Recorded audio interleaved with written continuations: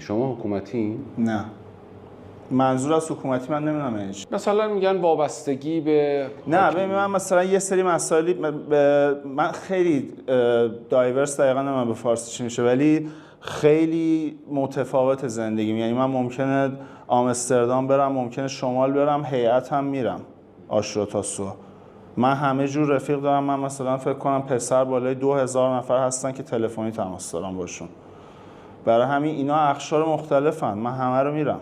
و مثلا حالا یکی ما رو توی هیئت میبینه میگه این مثلا اینطوریه، یا عکس تو هیئت زنجان داری اصلا؟ آره. من مال مهدی رسولی، من خیلی چیز نیستم، یعنی همه جا میرم، همه جورم دوست و رفیق دارم و میام با عقاید هم کنار میام. به هیچ کی نمیگم تو چی کار کن، تو چی کار نکن، یا من مثلا تو چون اینجوری فکر می‌کنی من باد نمیگردم و اینا. از بچگی هم همین بوده دیگه. من همیشه تو زندگیم یه دختر هست و 3000 تا پسر.